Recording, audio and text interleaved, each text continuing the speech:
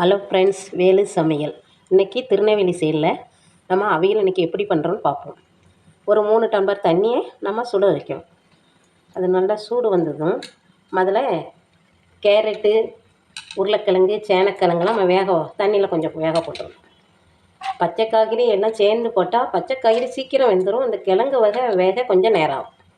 அதனால் ஒரு 2-3 கொதிக்கி இது கொதிக்க விட்டுறணும். அதுக்கப்புறம் நம்ம பச்சை காய்கறி போட்டுக்கலாம். கிழங்கெல்லாம் 2 கொதி கொதிச்சுட்டு அடுத்து நம்ம பச்சை காய்கறி போடலாம்.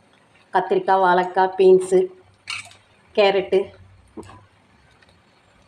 புடலங்காய் எல்லாத்தையும் போட்டு நம்ம வேகணும். அவரைக்காய் எல்லாம் போட்டு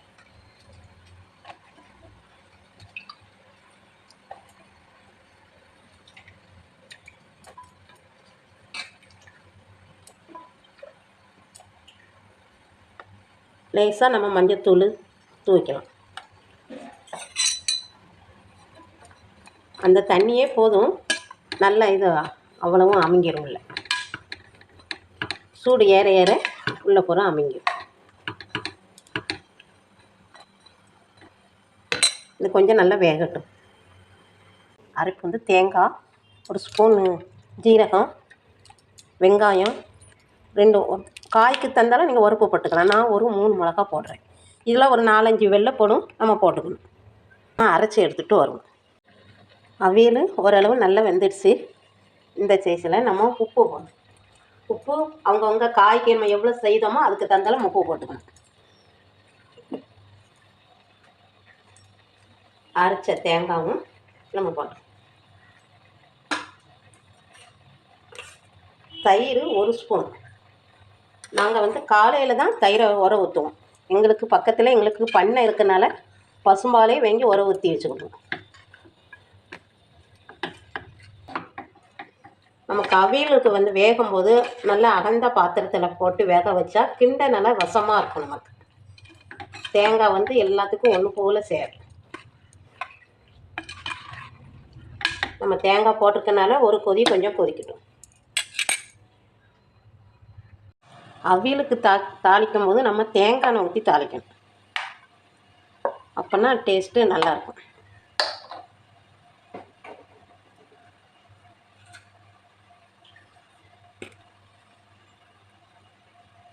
எண்ணெய் நல்லா காயட்டும்.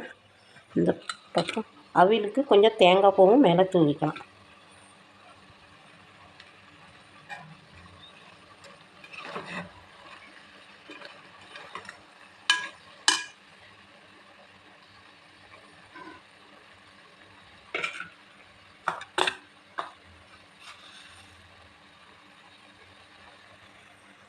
எண்ணெய் நல்லா காஞ்சிட்டு நம்ம கடுகும் பருப்பும் போட்டாச்சு.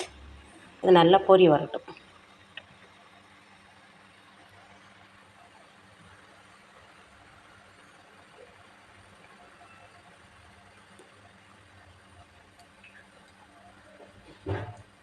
பொரி வந்ததும் நம்ம கருவேப்பிலையை மேலே தூவிக்கலாம்.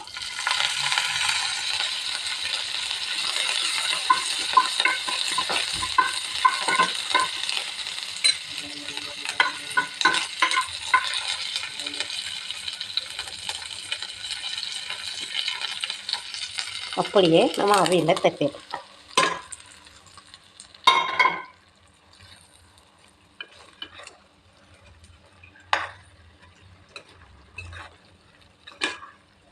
சுவையான அவியல் ரெடி.